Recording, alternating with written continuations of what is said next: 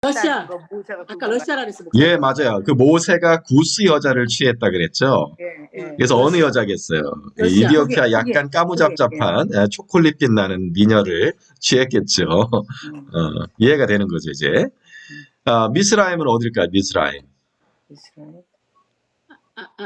아까 목사님이 러시아 쪽이라 그러셨는 것 같은데? 아니야. 아니야? 구스 옆 동네를 생각하면 되겠죠. 형제니까 옆 동네겠죠. 구스 옆 동네에 어떤 큰 나라가 있어요. 에디오피아 옆에 보면. 에디오피아 위로 올라가면은 어떤 큰 나라가 있나요? 아프리카의 맹주.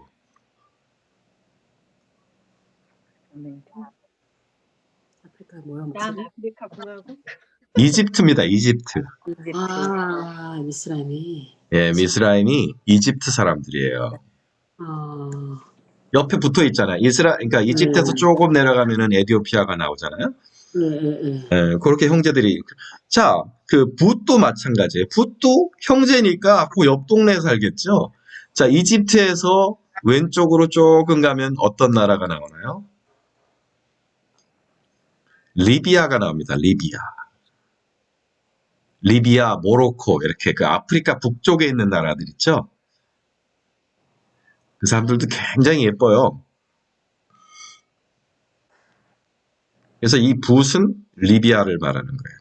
자, 가나안은 여러분 다 아시죠? 가나안은 그렇죠. 팔레스타인 지역에 있는 가나안 원주민들입니다. 자, 그런데 이 함의 아들 넷이 있었는데 그 중에서 특별히 첫 아들인 구스의 아들들을 소개를 하는데 구스가 마지막에 8절을 가보면 니므롯을 낳았다는 것을 특별히 강조를 하는 거예요. 중요한 거는 니므롯이라는 얘기죠. 그러니까 함의 손자인 거죠. 함, 구스, 니므롯. 니므롯이 이 함의 후손들 중에 제일 중요한 사람이라는 뜻입니다. 제일 힘이 있었고 제일 권력을 많이 잡았다는 뜻이기도 해요. 그래서 그 니므롯에 대해서 8절, 9절, 10절, 11절, 12절까지 이 족보 중에 5절이나 할애를 하고 있으니까 얼마나 중요하냐 이거예요. 자, 그 니므롯을 표현하기를 세상의 첫 용사라 그랬어요. 이게 무슨 뜻일까요, 여러분? 아주 쉬운 말인데 이 뉘앙스를 우리가 알아야 되겠죠. 세상의 첫 용사라. 이런 무슨 뜻일까요, 이게? 처음으로 전쟁을 일으킨 자? 맞아요. 처음으로 전쟁을 일으킨 자. 그런 뜻도 있어요. 또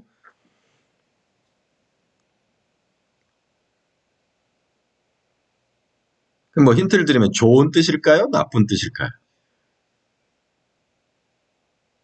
좋은 뜻인 것 같은데요. 좋은 뜻인 것 같아요? 용사. 예, 용사. 사냥꾼이라고 했으니까. 그렇죠. 구절을 보면 그 용사가 워리어가 어떤 뜻이냐? 사냥꾼이라 그랬어요. 사냥꾼이라 그랬어요. 그래서 우리 사모님 어떤 생각이 들어요? 사냥꾼이라고 했으니까 좀 나쁜 사람이요?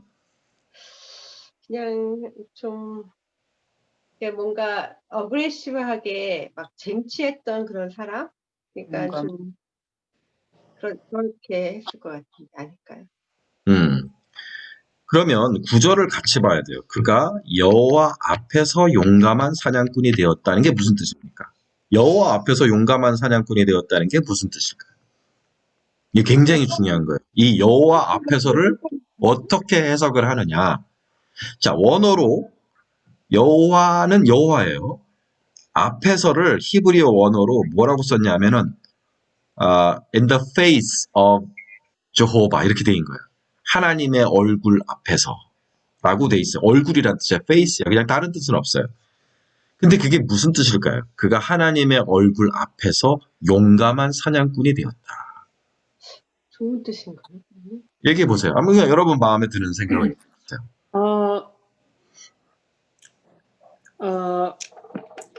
우상 숭배를 시작한 용사, 사냥꾼, 하나님 외에 다른 신을 섬기기 시작하는. 와우. 어디서 그걸 발견했어요? 왜냐하면 여기 보면은 바벨탑에서 11장에 보면 바벨에서 사람들이 바벨탑을 쌓기 시작하거든요. 예. 그게 여기서 니무롯이 쌓은 거예요? 아니요. 근데 이제 그때까지만 해도 온 땅의 언어가 하나라고 했잖아요, 목사님. 그렇죠. 네. 예, 그게 그러니까 언어가 갈라지기 직전이거든요. 근데 그렇죠. 예, 맞아요. 여기서 보면 구스가 용감한 사냥꾼인데 지금 목사님께서 하나님 앞 여호와의 얼굴 앞에서라고 했으니까 하나님을 감히 대적하는 이야. 사냥꾼이라는 뜻일 것 같아요. 정확해요. 정확히 맞췄어요. 하나님을 감히 대적하는 그런 뜻이에요. 대적하는 예, 영어로 against라고 그러죠. against. 예, 이게 여호와 앞에서가 그 말이 하나님을 감히 대적하는이라는 뜻이에요. 너무 답을 너무 정확하게 맞췄다. 그래서 이게 굉장히 부정적인 어조입니다, 지금. 니무롯이라는 이름의 뜻이 있어요. 니무롯의 이름의 뜻은 뭐냐면 반역하는 자라는 뜻입니다. 그 이름 자체가 The man who revolt. 그래서 반역하는 자라는 뜻이에요. 제 생각에는 본명이 따로 있어요. 그런데 이제 성경을 쓰시는 분이 이 나쁜 놈 그래갖고 이제 이름을 아마 니무롯이라고 이렇게 원래는 니무롯 비슷한 이름이었겠죠. 근데 그걸 틀어서 니무롯이라는 반역자라는 이름을 붙였을 거라는 것이 제 생각이에요. 왜냐하면 성경을 쓰시는 분들이 그런 식으로 이름을 바꾼 게 많아요. 상당히 많습니다. 예를 들어서 바벨탑도 바벨이라는 말 뜻이 되게 안 좋은 말이에요. 버벅거리다, 바바바바바바 이런 뜻이에요. 근데 원래 이름은 바빌리였을 거예요. 바빌리. 예, 옛날 아카도로 바빌리라는 뜻은 the gate of heaven. 하늘로 통하는 문이라는 그런 뜻이에요. 바빌리. 그래서 아마 바빌리 탑이었을 거예요. 바빌론하고 똑같은 말인가요? 바빌론. 그렇죠. 바빌리에서 바빌론이라. 너무 잘 맞추는데? 그래서 바벨이라는 짜증나고요, 목사님. 잘 모르는데 짜증. 예, 그 바빌리라는 말이 굉장히 중요한 거예요. 바빌리. The gateway to heaven 또는 stairway to heaven. 그래서 하늘로 통하는 문이라는 굉장히 고성한 말이에요. 원래는 그런 이름이었을 거예요. 근데 성경을 쓰시는 분이 그런 좋은 이름을 붙여서 그걸 부르고 싶지 않았던 거예요. 그래서 바벨이 무슨 뜻이냐면 에베베베 이렇게 말을 버벅거린다 그런 뜻이거든요. 그래서 바벨탑이라고 이름 지었던 것처럼 니무롯도 아마 비슷한 이름이었을 거예요. 제가 생각하기에는 닌이었을 것 같아요. 닌. 원래 이름은 닌. 왜냐하면 그 닌이라는 이름의 영웅과 신의 이름이 요 당시 수메르 신화에 되게 많이 나와요. 닌이라는 이름이. 예를 들어서 여러분 잘 아시는 그 도시가 니느웨라고 있죠. 니느웨. 니느웨가 무슨 뜻이냐면은 닌의회. 그러니까 the city of Nin이라는 뜻이에요. 니느웨라는 이름 자체가 닌이 지은 도시라는 뜻이에요. 그러니까 닌이라는 이름이 있는 거죠. 그래서 옛날 이 수메르 신화에 보면은 닌우르타라는 신이 되게 많이 나옵니다. 닌우르타. 고대 영웅이에요. 어떤 영웅이냐면 사자를 때려잡는 사냥꾼이에요. 그래서 인류 최초의 영웅이자 인류 최초의 히어로가 누구냐면 이 닌우르타라는 작자인데 우르타라는 게 뭐냐면은 the master or lord라는 뜻이에요. The master of Nin. 닌, our master 이런 뜻이에요. 그러니까 닌이라는 이름이 곳곳에서 많이 나오잖아요. 님이요 아니면 민이요, 목사님? 닌. 예, N-I-N. 님. 그래서 저는 이 닌이라는 이름에 가까운 어떤 이런 고대 영웅이 있었을 것이다. 그의 이름을 성경을 쓰신 분들이 이제 그 이름을 쓰기 싫은 거예요. 그래서 니무롯이라는 반역자라는 이름을 붙였을 것이다. 저는 그렇게 짐작을 합니다. 자, 아무튼 그가 여호와 앞에서 감히 하나님을 대적하는 용감한 사냥꾼이었어요. 이 사냥꾼이 실제로 이 사람이 사냥꾼이기도 해요. 막 사자를 때려잡고 막 맹수들을 그냥 맨손으로 잡아 죽이는 그러한 사냥꾼인 건 맞아요. 그러나 한편으로 어떤 분들은 이것을 풀기를 이 자는 영혼의 사냥꾼이다. 음. 육체의 사냥꾼이었을 뿐 아니라 사람의 영혼을 사냥하는 자였다. 그것은 이거 이따가 우리가 바벨탑을 보면서 잘 배우게 되겠죠. 그러므로 아문은 여호와 앞에 니무롯같이 용감한 사냥꾼이로다 하는 말의 뉘앙스는 어떤 뉘앙스입니까? 이 말의 뜻은 뭐예요? 그러니까 안 좋은 거네.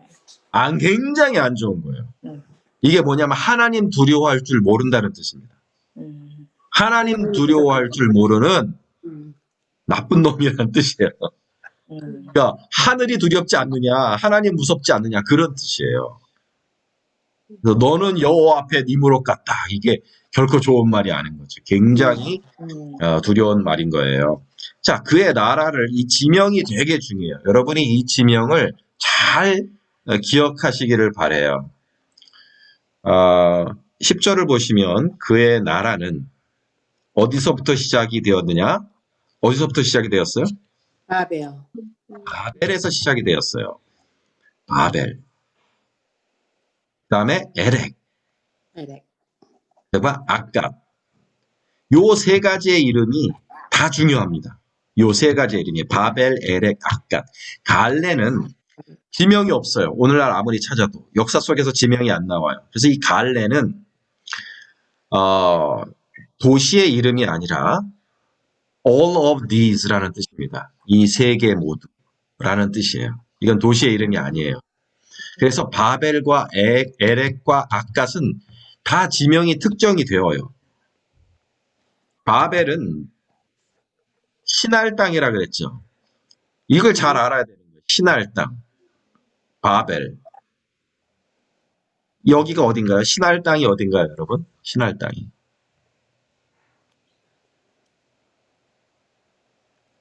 니무롯이 자기의 나라를 시작한 이 바벨 아수로? 아니에요. 아니에요? 아니에요. 아수르는 북쪽이에요. 그러니까 우리가 아라랏산에 노아가 내렸잖아요. 그러니까 네. 초기에 그 문명은 아라랏산 아래쪽에 있었을 것이라고요. 거기가 아수르예요. 아수르가 아라랏산 그 아래쪽이에요. 하란을 중심으로 해서 이루어진 문명입니다. 그런데 그 하란에 있던 자들이 동쪽으로 가서 신할 땅을 발견하는 거예요. 그래서 신할 땅에 정착을 합니다. 니무롯이 이끄는 무리들이. 거기가 어딜까요? 바로 예? 아랍 중에 어느 나라일까요? 바로 이라크 땅입니다. 이라크. 예, 이라크. 현재 이라크가 있는 유프라테스 강과 티그리스 강이 같이 흐르는 드넓은 평지를 만나요. 거기가 신할 평지예요. 자, 보세요. 11장으로 가봅시다. 11장으로 가보면 온 땅의 언어가 하나여 말이 하나였더라고 했고 이에 그들이 동방으로 옮기다가 신할 평지를 만나 거기 거류하며 그랬죠. 그러니까 처음에는 한 군데 모여 살았다는 뜻이에요. 그게 아라랏산 아래쪽이었겠죠. 거기가 하란, 지금의 시리아 지역이겠고요. 시리아 내륙 지역이죠. 그죠? 아라랏산 아래쪽에 거기에 아수르 문명이 있었는데 거기서 동방으로 옮겨간 거예요. 거기서 동쪽으로 가면 이라크 땅이 나오거든요. 동쪽으로 가면 신할 평지를 만나 평지라 그랬어요. 드넓은 평원이라 그랬습니다. 거기서 그가 도시를 시작했어요. 그게 바벨이고 또 에렉, 정확히 말하면 우룩이라는 도시인데 우루크라는 도시고 아갓은 아카드. 이게 고대사를 연구하시는 분들에게는 이 우루크, 아카드가 굉장히 중요한 도시 지명이 됩니다. 자, 여기서 니무롯이 도시를 시작했어요. 그 이야기가 11장에 나오는 거죠. 11장에 그가 신할 평지를 만나서 즉 바벨이라는 도시를 세운 그 신할 평지를 만나서 그가 한 일이 뭡니까? 그 바벨이라는 곳에서 탑을 세웠어요. 3절을 보면 벽돌과 역청으로 탑을 세웠습니다. 이것은 하이 테크놀로지를 말하는 거예요, 당시에. 하이 테크놀로지. 굉장히 견고하게 지어진 탑입니다. 전설에 의하면 그 탑의 그 아래쪽에 너비가 3km였대요. 와우. 몇십 미터도 아니고 솔직히 그 탑의 아래쪽이 50m만 돼도 거대하고, 아마 이런 그 칼리파 타워랄지 롯데 타워랄지 거대한 100층 뭐 이런 그 타워들의 아래를 보면은 한 100m, 예, 그쯤 될 거예요. 또는 뭐 아무리 깊어도 뭐 이렇게 100m, 200m 뭐 이렇게 그거밖에 안 됩니다. 현재의 기술로도. 그런데 전설에 의하면은 그 아래쪽에 기초를 얼마큼 쌓았느냐? 3km라다. 그래서 이 탑을 쌓을 때 아래쪽에 있는 사람들이 이 역청과 진흙을 저 위에 이제 그 쌓고 있는 기술자들에게 전달해 줘야 되는 그 노가다하는 양반들 있잖아요. 등짐을 지고 가는 사람들이 아래에서 그 꼭대기까지 얼마나 걸렸는지 그 이야기가 나와요. 여기까지 가는데 하루가 걸린다는 거예요. 하루 종일 올라가야 꼭대기에 닿는다. 그러면서 사람이 떨어져 죽는 이야기가 나옵니다. 사람이 떨어져 죽었을 때 아무도 그것을 슬퍼하지 않고 애도하는 사람이 없었다는 거예요. 그러나 메고 올라간 진흙과 역청이 땅으로 떨어지면 그렇게 화를 내고 그렇게 슬퍼했다는 거예요. 왜냐, 그걸 다시 가져오려고 그러면 또 하루가 걸리니까. 사람이 죽는 거는 애도하지 않고 벽돌이 떨어지는 것은 애도하는구나. 뭐 그런 전설의 이야기가 있어요. 자, 4절을 가봅시다. 11장 4절을 가보면 그가 니므롯이 탑을 쌓되 성읍과 탑을 건설하여 그 탑 꼭대기를 하늘에 닿게 하여. 목적이 뭐냐? 하늘에 닿게 하는 것이 목적이에요. 자, 하늘에 닿게 해서 뭘 하려고 그러는 거예요? 그들이 결국 뭘 성취하려고 합니까? 우리 이름을 내고 온 지면에 흩어짐을 면하자. 두 가지를 얘기합니다. 우리 이름을, 하나는 이름을 내는 것이고 두 번째는 흩어짐을 면하는 거예요. 이것이 굉장히 중요해요. 이거를 잘 이해하셔야 돼요. 오늘 우리 공부의 제일 중요한 부분은 이거예요. 도대체 니므롯이 뭘 하려고 이 바벨탑을 지었냐 이거예요. 우리가 바벨탑을 지은 거는 잘 알고 있는데 뭘 목적으로 바벨탑을 지었을까? 첫째로 우리 이름을 내고. 이게 무슨 뜻입니까?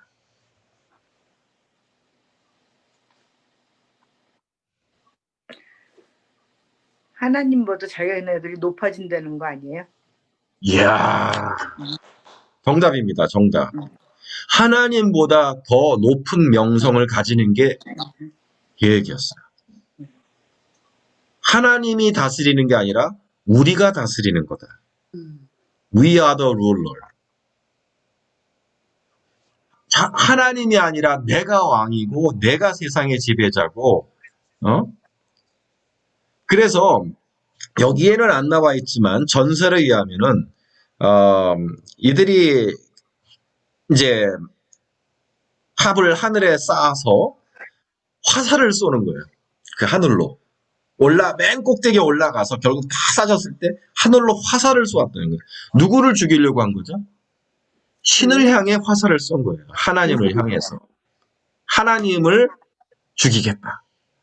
하나님을 없애겠다. 하나님을 없애고 내가 그 자리에 올라가겠다. 여러분 뭐가 생각납니까? 여기서 뭐가 생각나요? 누가 생각나요? 어떤 존재가 생각납니까? 하나님을 그 자리에서 내쫓고 내가 저 자리에 앉으리라. 미가 아니지. 이사야. 이사. 응. 지금 네, 정혜슬 집사님 뭔가 떠올라서 이사야서 14장. 이사야서 14장. 네. 이사야서 14장을 보면 이사야서 14장 12절부터 14절까지를 보면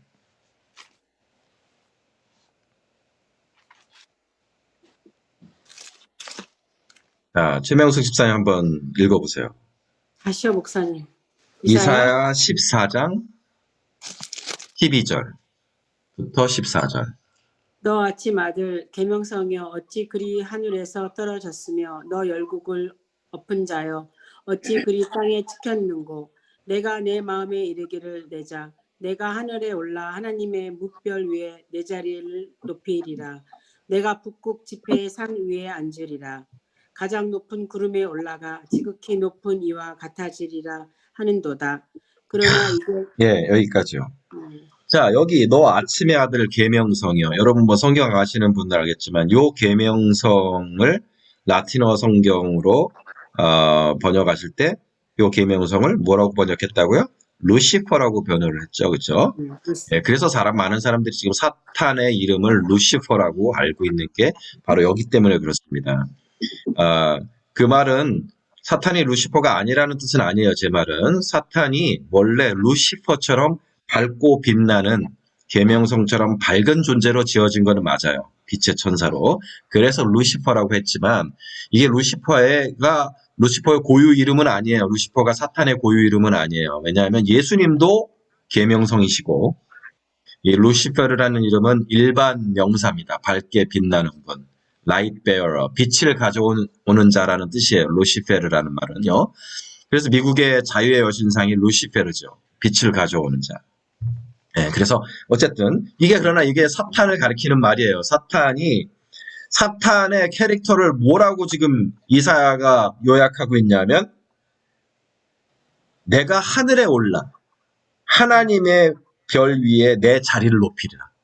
하늘에 올라가서 하나님의 자리에 앉으려고 하는 게 사탄의 속성이라고 분명히 얘기를 하고 있는 거예요. 14절을 보면 내가 가장 높은 구름에 올라가 지극히 높은 이와 같아지리라. 자기 이름을 내겠다는 게 이 뜻입니다. 그래서 창세기 11장에 우리가 우리 이름을 내고라는 말이 이것이 그냥 어떤 인간의 어떤 명예욕이나 인간의 야심을 말하는 게 아니라 이건 뭐예요? 굉장히 사탄적인 생각인 거예요. 이거는 뭐예요? 하늘에 올라서 하나님을 없애고 내가 하나님의 자리에 앉아서 내가 하나님보다 높아지리라는 그 마음이에요. 니무롯이라는 자가 굉장히 황성 사모님 지금 입술이 달싹달싹해요. 근데 이 니물롯이 나온 지가 함의 혼자. 아들인 거잖아요. 예. 이건 노아가 살아있을 때죠. 아니 그런데 무섭지도 않나요? 아니 어떻게 그렇잖아요.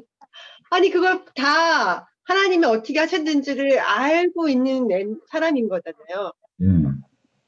근데 이렇게 생각이 악해질 수가 있나요? 너무 신기해서. 그 타락이 저는 가나안부터 시작됐다고 보는 거예요. 왜냐하면 가나안을 저주하시잖아요. 그러니까 어떤 가나안 때부터 불신앙과 어떤 사탄의 그런 계략에 넘어가서 타락하는 것이 급속도로 진행이 된 거예요. 급속도로. 이미 노아가 아직도 살아있을 때예요. 하나님의 심판을 본 지가 얼마나 됐다고. 자, 그래서 지금 굉장히 좋은 포인트를 얘기하신 거예요. 지금 요거를 잘 이해하세요. 하나님의 홍수 심판을 본 지가 얼마 안 됐죠. 그걸 생각하고 요 다음 구절을 보자고요. 자, 4절을 보면 11장 4절을 보면 자, 두 번째 목적이 뭐냐면 이 바벨탑을 쌓은 목적이 뭐냐? 온 지면에 흩어짐을 면하자. 이게 뭘 말하는 걸까요? 뭘 계획하고 뭘 원하는 거예요?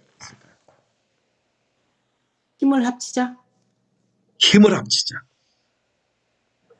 이게 굉장히 중요한 거죠, 지금. 우리가 하나님의 자리에 올라서 하나님을 내쫓고 하나님의 자리에 앉기 위해서 우리가 힘을 합쳐야 돼. 또 힘을 합쳐서 지면에 흩어짐을 면하자. 이게 뭘 하자는 거예요? 뭘 원하는 거예요, 지금? 그러니까 이 사람들이 가나안의 그런 후예들인 거죠. 후예는 아니지만 가나안의 형제들과 후예들인 거잖아요. 그러니까 이 사람들이 자기네들은 저주를 받았다는 걸 알고 있는 상태인 거잖아요. 저주를 받은 것을 알고 있었기 때문에 삐뚤어 나갔다. 그래서 이렇게 뭔가 자기네들이 하나님 앞에 저주를 받고 음. 뭔가 자기네들은 이렇게 안 될, 그러니까 뭔가 이렇게 그런 거 운명을 알았다 그러나 아, 지옥 갈 운명을 알았기 때문에 아닌데 어차피 지옥 갈 거 하나님 한번 들이받아 보자 뭐 그런 거였다. 좋은 포인트예요. 그것도 생각 해볼 만하다 생각합니다. 자, 뭘 원하는 거예요? 예, 전쟁을 위해서 힘을 모은 거 아닐까요? 전쟁을 위해서 힘을 모으자. 그것도 좋은 포인트입니다. 맞아요. 우리가 아마겟돈 전쟁을 보는 거죠. 음, 근데 굉장히 중요한 포인트가 지금 하나 있어요.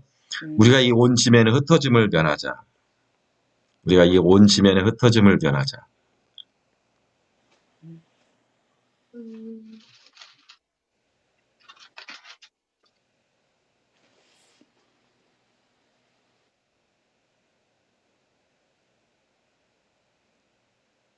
뭘 원하는 걸까요?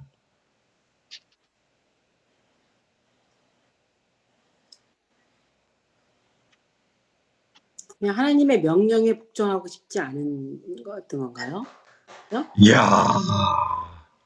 하나님은 세상에 흩어져서 다스리고 번성하고 충만하라. 하나님은 계속 우리를 흩으시잖아요. 네. 흩으시는데 하나님의 명령에 따르고 싶지 않은 거예요. 하는 거. 그냥 모여서 살고 싶은 거예요. 모여서 하나님의 흩어져서 이 세상을 다스리고 정복하라는 그거보다 우리끼리 자급자족하면서 우리 힘으로 뭉쳐 살아보자. 인간의 힘으로 뭉쳐 살아보자. 그런 뜻이 있어요. 마지막으로 중요한 포인트가 뭐냐 하면 하나님이 다시 홍수로 심판해도 살아남을 수 있는 곳을 만들자. 하나님의 심판에 저항하는 거예요. 하나님의 심판이 올 수 있다고 생각하는 거예요, 이 사람들은. 그런데 하나님의 심판이 와도 끄떡없는 곳을 만들자. 하나님 심판하라 그래. 우리 살 수 있어. 정말 하나님께 대한 어떤 이렇게 삐뚤어진 타락한 마음을 어떻게 가질 수 있을지 그런 뜻입니다.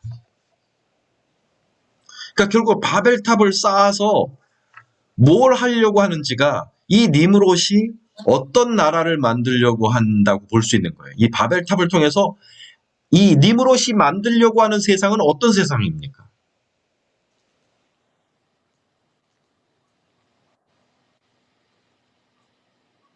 정혜슬 집사님.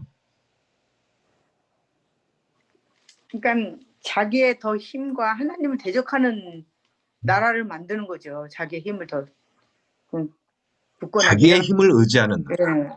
예, 하나님을 대적하고 자기의 힘을 의지하는 나라. 또 더 심하게 나아갈 수 있죠. 어떻게? 하나님을 인정하지 않는 삶, 그러니까 하나님이 빠진 삶. 맞아요. 하나님을 인정하지 않는 하나님 인정하지 않는 삶.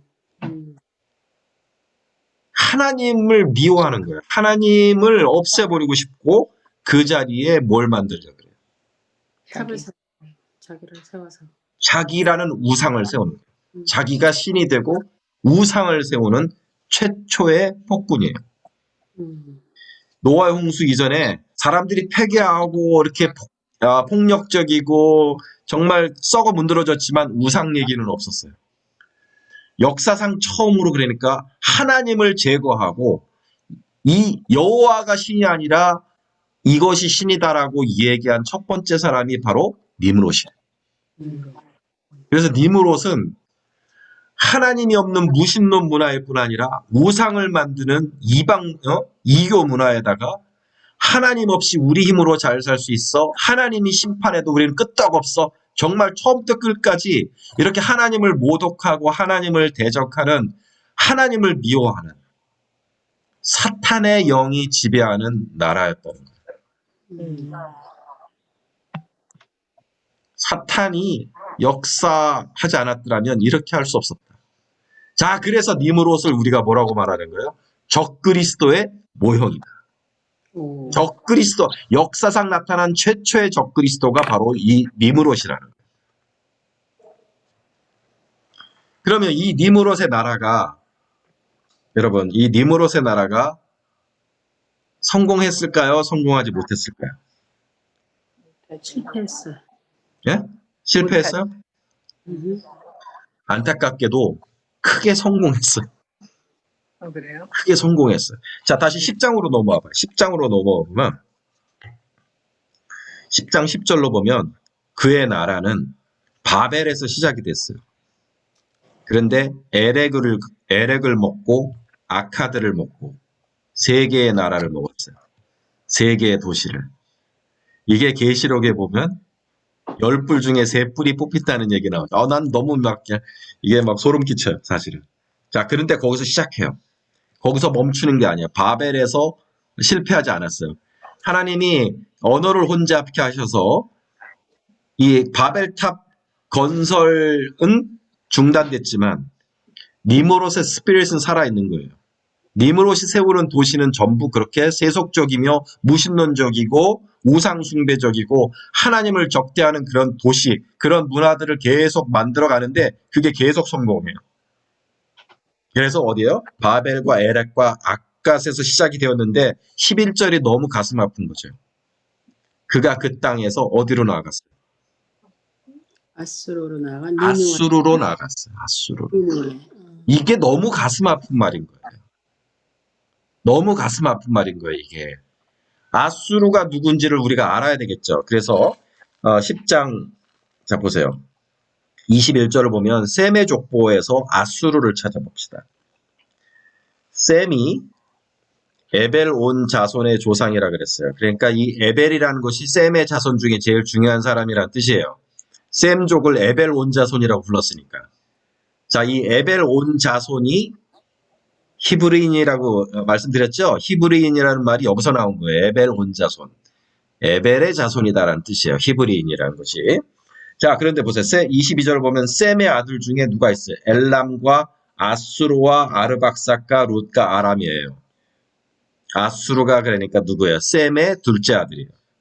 그런데 실질적으로는 이 아수르가 그 아라라산에서 내려온 하나님의 사람들의 신앙 문명, 그 중심 리더였던 거예요. 자, 하나님의 심판을 봤어요. 똑같은 하나님의 심판을 보고도 이렇게 달라요. 어떤 사람은 우리가 다시는 하나님의 심판을 받지 말자, 하나님을 경외하면서 신앙으로 살자 이렇게 생각했다는 거예요. 누가? 셈의 자손들이. 바로 아수르가.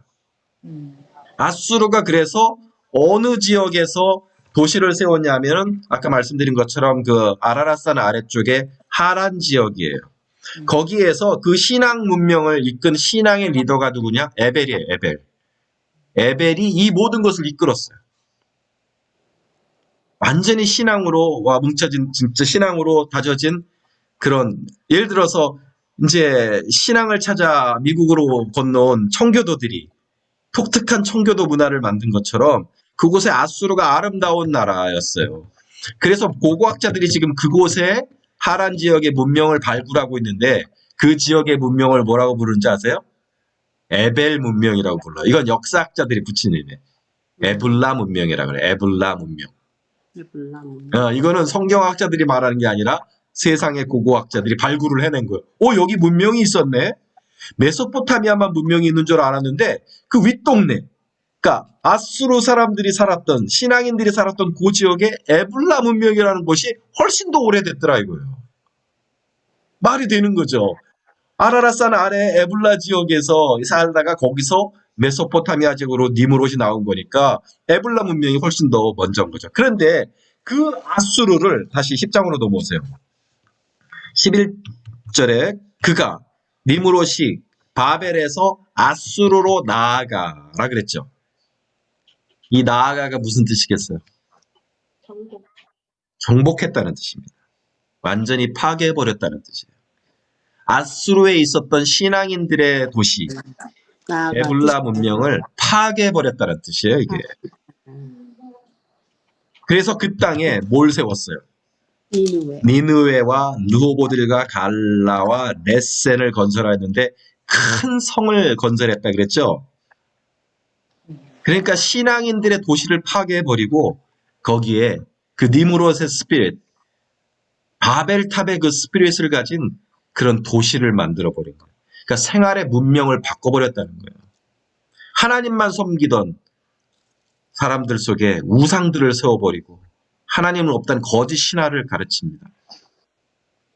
여기서 나온 니느웨 여- 성하고 같은가? 예?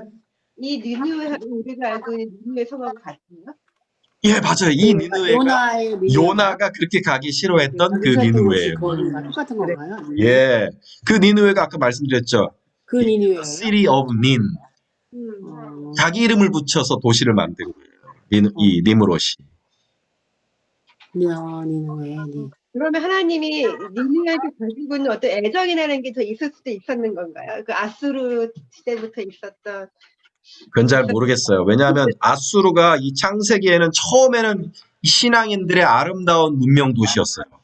그런데 이 니므롯이 완전히 철저하게 파괴해버리고 이 시대 이후로 니므롯 이후로는 아수르는 악의 제국이에요. 성경에 한 번도 선한 나라로 나오질 않아요. 정말로 잔인하고 잔인무도한 나라로 나와요. 예를 들어서 똑같이 이스라엘을 정복했을 때 바벨론과 아수르가 취한 태도가 달라요. 바벨론은 뭐예요? 섞어버리자 이렇게 데려가잖아요. 아수르는 뭐냐면 그냥 다 죽여버리고요. 다 죽여버리고 아무것도 남기질 않아. 그러니까 아무튼 진짜 나라도 잔인하고 어쨌든 이 이후로 이 아수르라는 이 귀한 이름, 셈의 둘째 아들이라는 이 귀한 이름이 이렇게 완전히 짓밟힌 이름이 된 거예요. 무슨 소리냐? 니므롯이 자기 그 함의 후예들로 이루어진 자기 나라만 건사한 게 아니라 뭐예요? 셈의 후손들의 나라까지 다 먹어버렸다는 뜻이에요. 세계 제국을 최초로 만든 사람입니다. 그런데 그 나라에서 나라만 먹은 것이 아니라 새로운 정신 문명이 시작이 돼요. 어떤 문명일까요? 거짓 신화가 시작이 됩니다. 이 세상에 거짓 신화를 처음 만든 게 니므롯이에요. 하나님을 시작된대요. 하나님을 재워버리고 신화를 만들어요. 누구를 모델로 해서 신화를 만들었을까요? 자기를 제우스? 모델로. 자기와 자기 그 와이프. 아나트라 그래요. 아나트. 아나트라는 자기 와이프하고 신화를 만들어요. 왜냐? 전설에 의하면 이렇게 악행을 저지르잖아요. 이게 단순히 나라만 먹은 것이 아니라 세상의 사람들의 신앙을 전부 다 하나님으로부터 뺏어서 우상에게로 돌리는 정말 이런 악인이 없는 거예요. 니므롯이. 그래서 이것을 셈이 가만 보고 있었겠습니까? 셈이 72명의 결사대를 조직해서 이 니므롯을 잡아다 죽입니다. 조각조각 토막을 내서 죽였다는 전설이 있어요. 그런데 그때 이 아나트가 그 여자 와이프가 이제 불륜을 저질러 통정을 해갖고 뱃속에 아기가 있었어요. 그거를 포장을 하는 거예요. 니므롯은 죽지 않았다. 니므롯은 부활했다. 내 안에 아기로 부활했다. 그 전설을 만듭니다. 그래서 이 아나트가 아기를 낳아서 이렇게 안는 거예요. 이 아이가 바로 니므롯의 환생이다.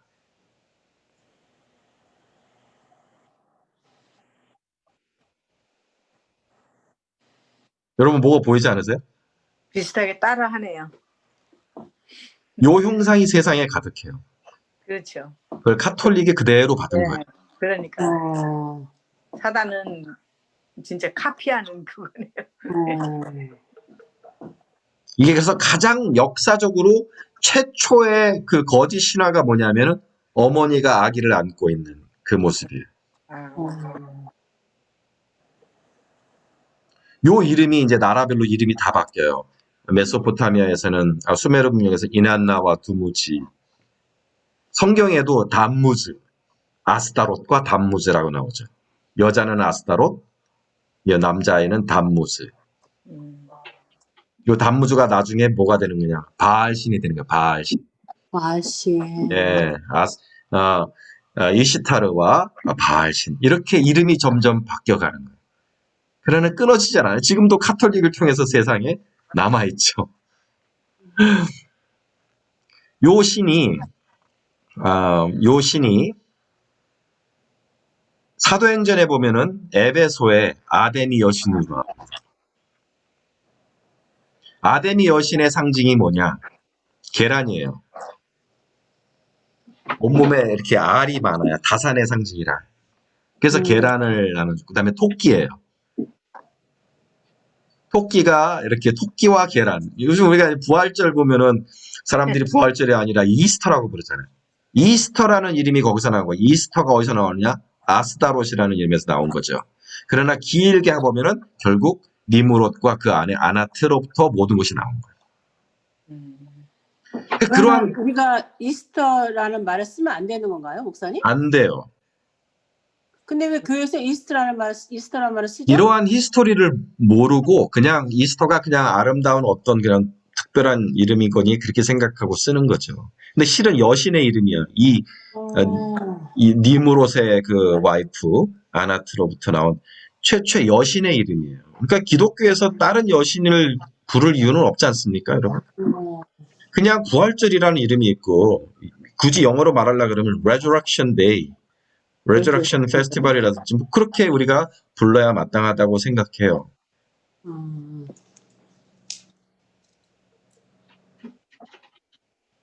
그러니까 이러한 이것을 볼 수 있듯이 이 니무롯이 바벨로부터 시작해서 그 주변의 모든 나라를 다 차지하고 그곳에 군대만 심는 게 아니라 뭐예요? 새로운 신앙을 심어버린 거예요. 거짓 신앙을 다 심어버려서 온 세상을 우상 숭배 나라로 만들어버렸어요. 오죽하면 그래서 셈이 70명의 결사대를 만들어서 저놈은 죽여야 되겠다 그렇게 생각을 했겠어요. 그러나 끝나지가 않은 거예요.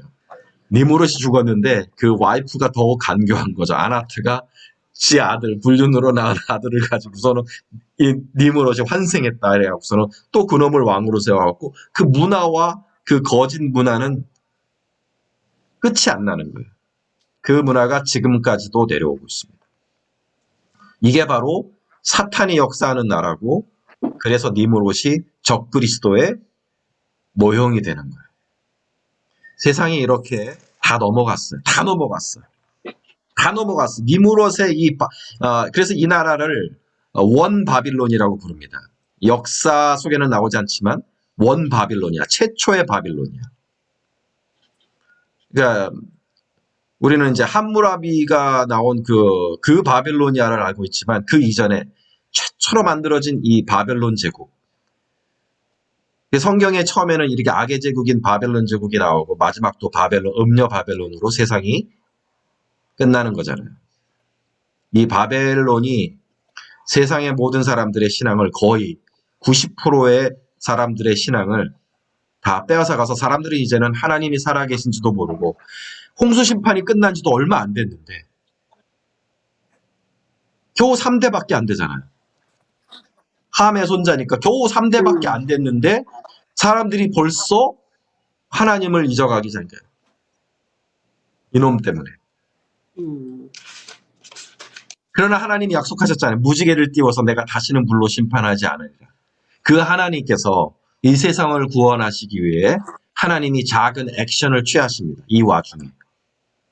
바로 누구예요?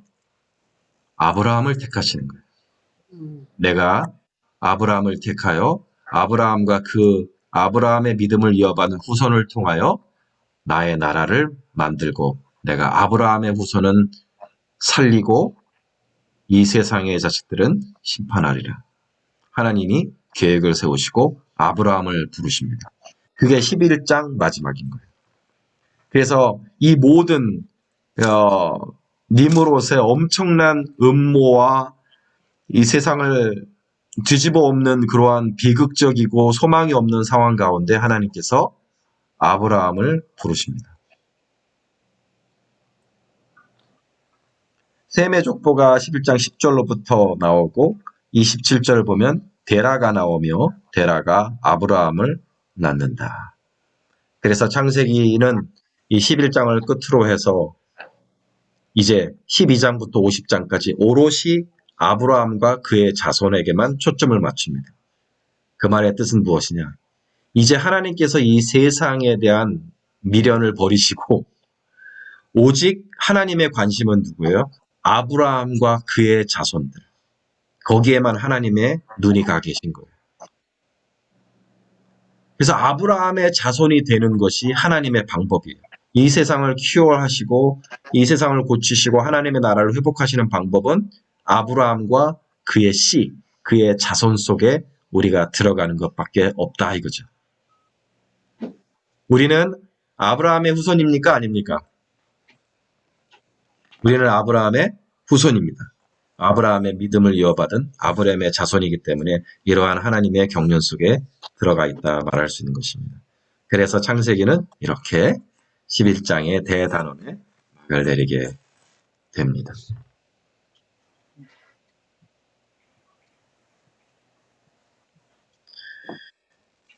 우리 질문 있으시면 한번 던져주세요. 목사님, 저는 오늘 이 공부를 하면서 참 안타까운 게 뭐냐면 겨우 노아에서 3세대가 지났을 뿐이거든요.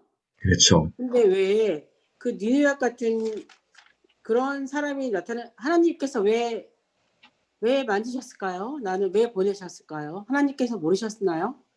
나는 그러지 않으셨으면 더 좋았겠다라는 생각이 드는 거예요, 지금. 왜라는 생각이 드는 거예요. 왜 그러셨을까? 왜 하나님은 다 아시는데, 하나님은 우리를 창조하실 전부터 아시는데, 왜 하나님은 그런 악한 자를 이 세상에 보내셨을까라는. 하나님이 보내신 건 아니겠고 그가 스스로 타락한 것이겠죠. 근데 하나님이 모르셨나요? 우리가 자유를 가진 선택할 수 있는 존재로 지어진 한 하나님은 이러한 일이 가능하다는 것을 언제나 아셨고 하나님은 이미 다 아셨죠. 아셨다는 것이 하나님이 그렇게 기획하시고 일을 만드셨다는 뜻은 아니에요. 하나님은 항상 우리가 좋은 선택을 내리길 바라세요. 우리를 자유로운 존재로 지으셨죠. 그러나 우리는 하나님의 기대와 바람대로 좋은 선택을 내리지를 못해요. 항상 우리의 욕심에 이끌리고 우리의 야망에 이끌리고 사탄의 유혹에 이끌려서 잘못된 선택을 내립니다. 이 니므롯은 그러한 사람들 중에서도 가장 심각한 사람이라고 할 수 있는 거죠. 그러면 결국 우리의 선택인가요? 그럼요. 결국은 우리의 선택입니다. 하나님을 마음에 두기 싫어하는 선택을 할 거냐 아니면 하나님을 모시고 살 거냐. 결국 사람들은 이 두 가지 선택 중에 하나를 하면서 살아가는 거예요.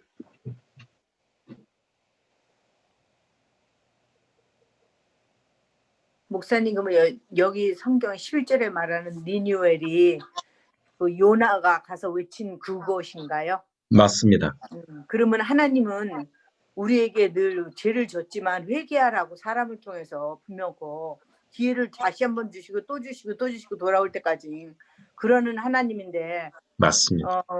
예, 우리는 그런 것 같아요. 정말 우리 마음에 하나님을 두기 싫어하는 자들을, 그러니까 같이 신앙생활을 하더라도 정말 주님을 따르는 자가 있고 그러니까 영적으로 또 주님의 명령을 또 보게 되는 자가 있고 알게 되는 자들이 있는데, 근데 참 마음이 악한 것 같아요.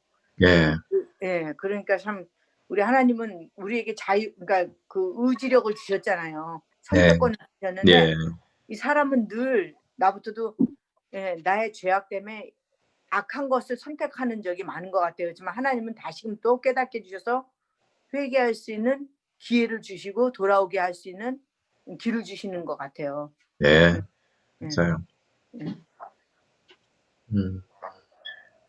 사탄은 니므롯을 통해서 세상의 믿음을 다 빼앗았습니다. 그러나 아직도 믿음을 가진 남은 자가 있었는데 그게 바로 아브라함이에요. 전설에 의하면 아브라함이 믿음을 누구로부터 배웠느냐? 노아와 셈으로부터 배웠다는 거예요. 그 아브라함의 고향인 우르가 많은 이제 학자들이 잘못 알고 계신데 저 걸프만의 그 우르 라는 도시하고 많이 헷갈리시는데 저 밑에도 우르라는 도시가 있었어요. 수메르 문명의 중심지죠. 그런데 사실은 아브라함의 그 고향인 우르가 위쪽에 하란 지역이 있었어요. 그 하란 옆 동네에 우르가 하는 동네가 있었죠. 문명 그 아버지 데라는 우상 숭배자였던 것은 맞아요. 니무롯의 영향을 받아서 아수르가 그렇게 쑥대밭이 되었을 때 그 신앙인들의 명맥이 다 끊겼잖아요. 아브라함의 아버지인 데라조차도 우상 숭배자였어요. 어떤 전설이 있냐면 집안에 우상이 12개가 있었대요. 달마다 하나씩 바꿔가면서 우상을 섬겼더라는 얘기가 나옵니다. 그런 집안에서 태어난 건 맞아요. 아브라함이. 그러나 하나님의 은혜로 저가 신앙을 갖게 됩니다. 그래서 노아와 셈으로부터 가르침을 받고 그 여호와 신앙을 가진 남은 자, 몇 안 되는 소수의 신앙의 남은 자가 된 거예요. 하나님은 아브라함을 스페어하셨습니다. 그리고 그 믿음을 이어받는 자를 구원하시기로 작정하셨죠.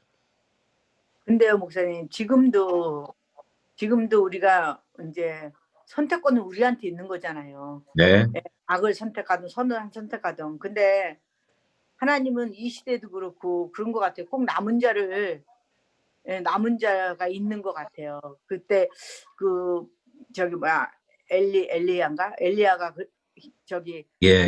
포가 빠졌을 때 네, 그랬잖아요.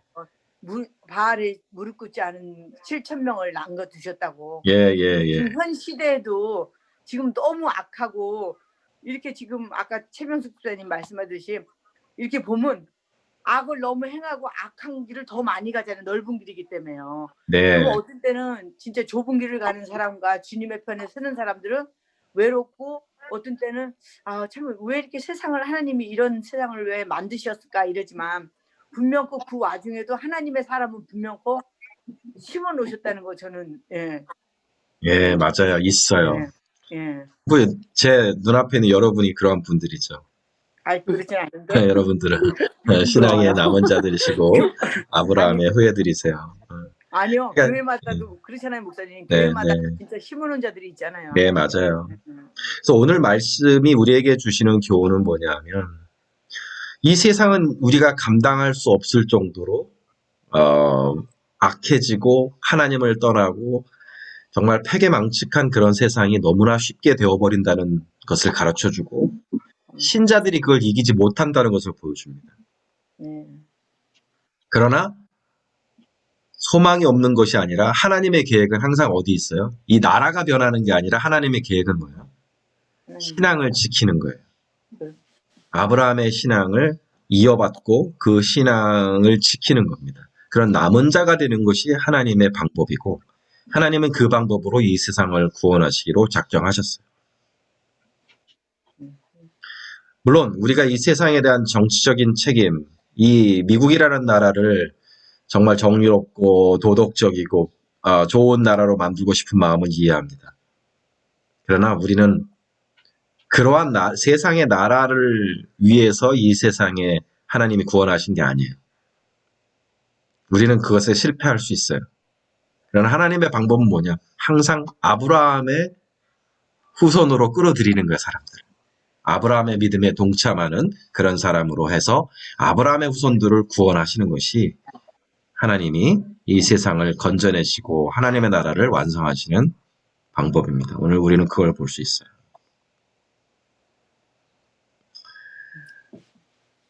자, 오늘 말씀을 우리가 배우면서 여러분이 새롭게 배우신 것이나 도전이 된 부분이 있다면 이 시간 한번 나누고 기도하겠습니다. 최명숙 집사님부터 한번 나눌까요?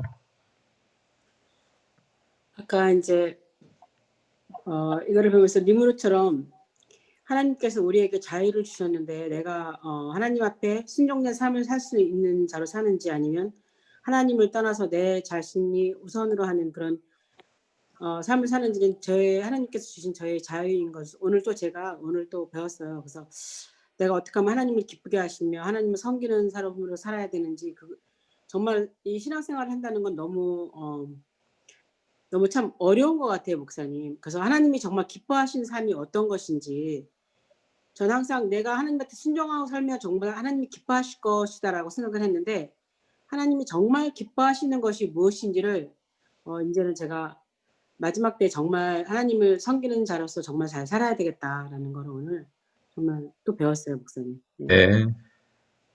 우리 황수경 사모님도 한번 나눠주시죠.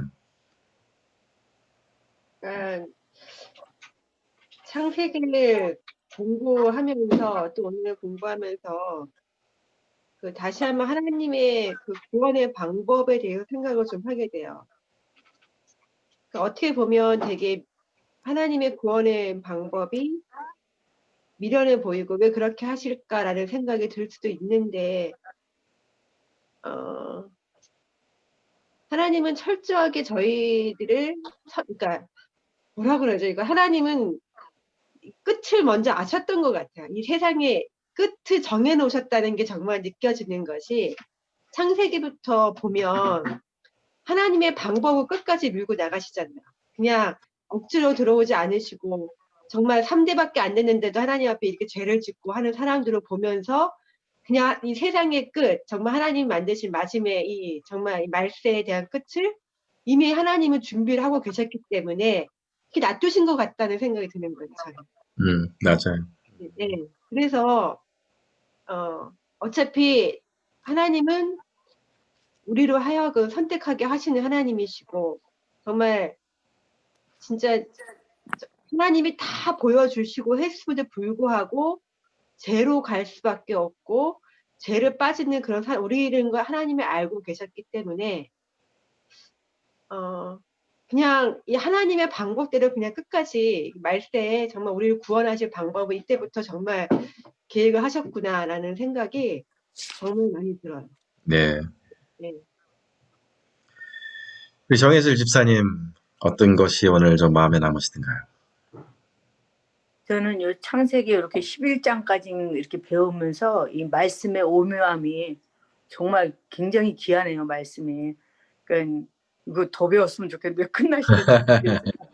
예, 진짜 목사님, 예, 이제 벌써 이렇게 말씀에 그 믿음의 눈이 확 띄는 그거 있잖아요. 정말 눈으로 내가 보는 믿음이요.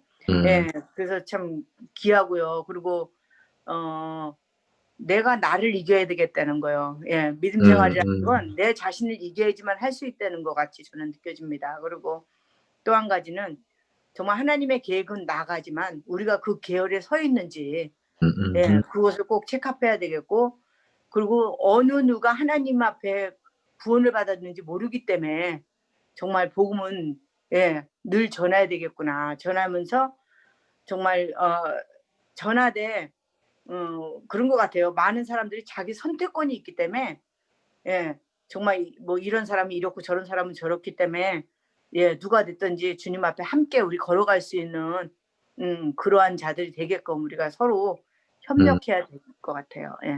네. 그리고 한 가지 더 느낀 거는 하나님은 약한 사람들한테 또 계속해서 돌아오라 말씀하셨다는 게 이 니느웨가 니느웨 성이라는 걸 생각해 보면 하나님은 이 사람들을 어떤 마음을 보셨을까 정말 다 죽여버려야 할 나쁜 사람들을 보신 게 아니라는 생각이 정말 많이 드는 거예요. 정말 진짜 악한 사람에도 불구하고 계속해서 하나님의 눈으로 자기가 다시 돌아오게끔 하고 싶은 하나님의 마음이 있었구나라는 생각을 좀 하게 돼요. 그렇죠. 어떤 마음이었을까?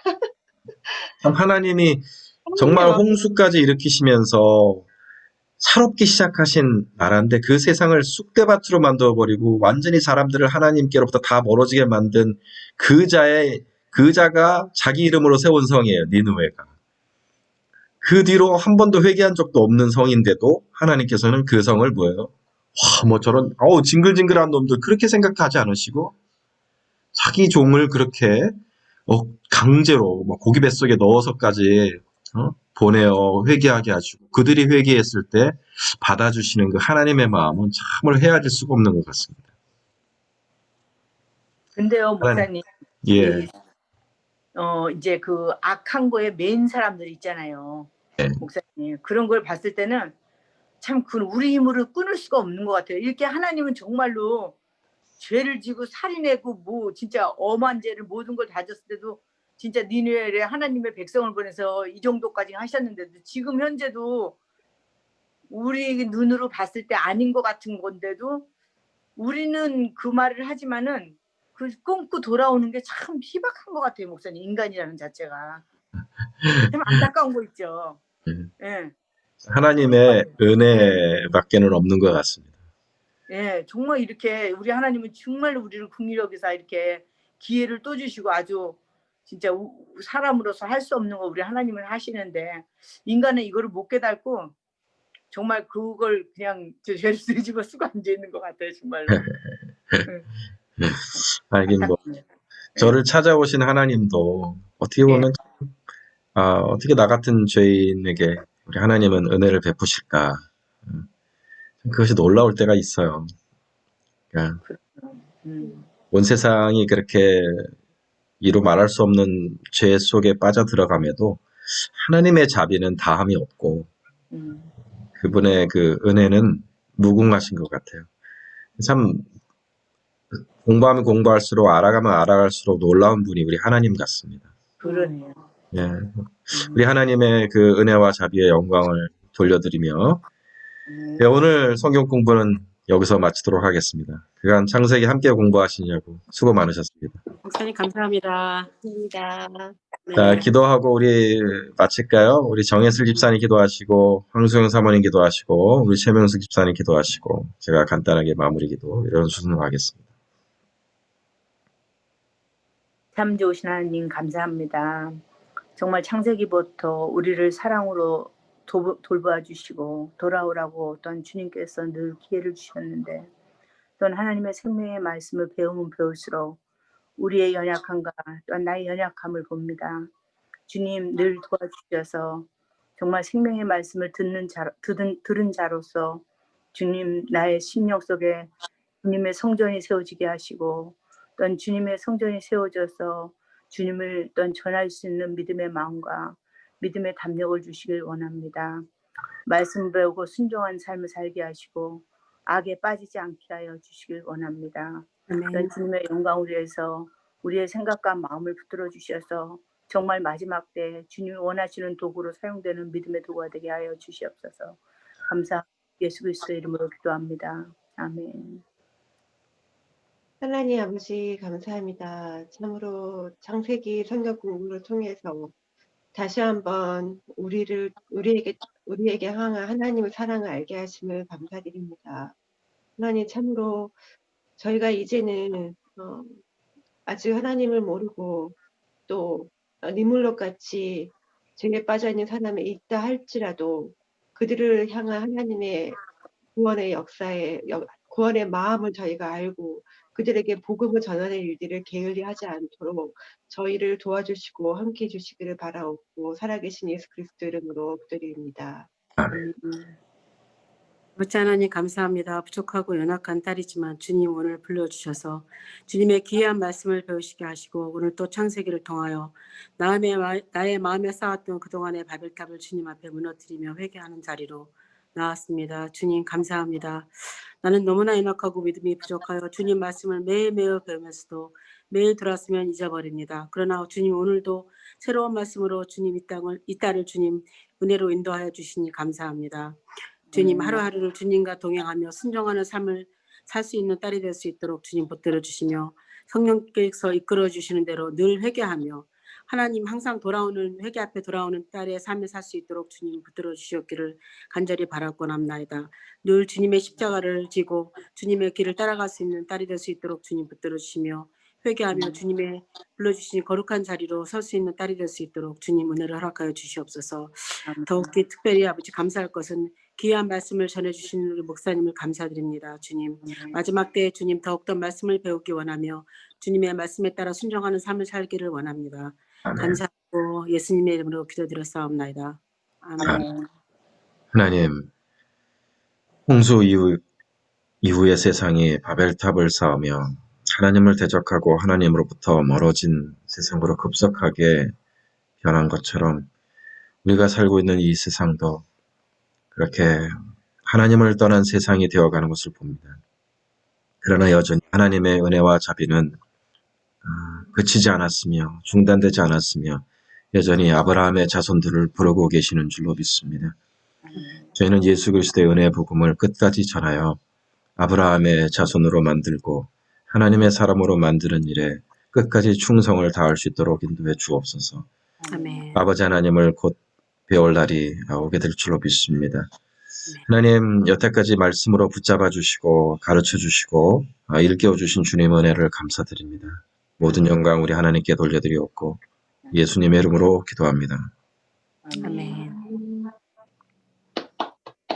야, 수고하셨습니다.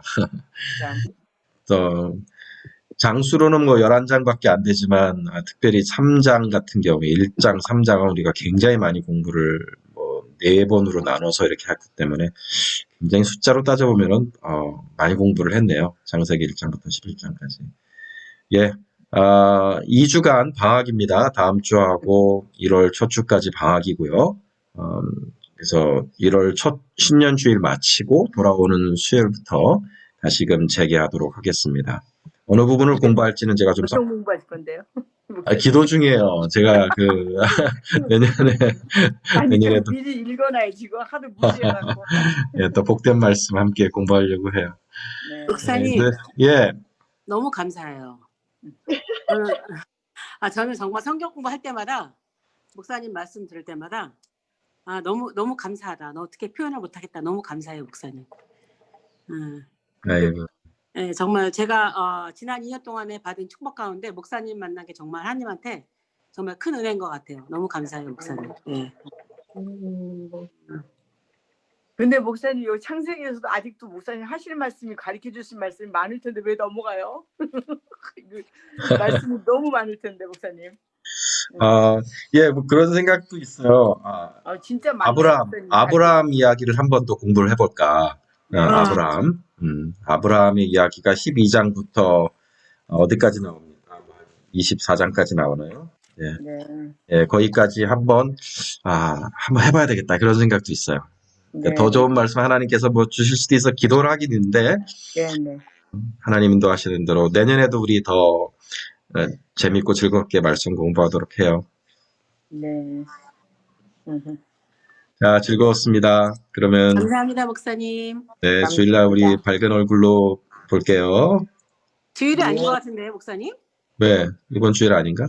주일 아니고 언제 그 전에 만나는 뭐 있지 않았나? 우리 최 집사님 너무 은혜가 충만해갖고. 아니 나 요새 날짜 하는 게 맞아 이번 주가 아니구나. 나 요새 정신이 없. 맞아. 그건 좋은 거네요. 뵙겠습니다, 목사님. 빨리 만나고 싶은 건 참 좋은. 예, 샬롬. 잘들 네, 계십시오. 감사합니다. 네.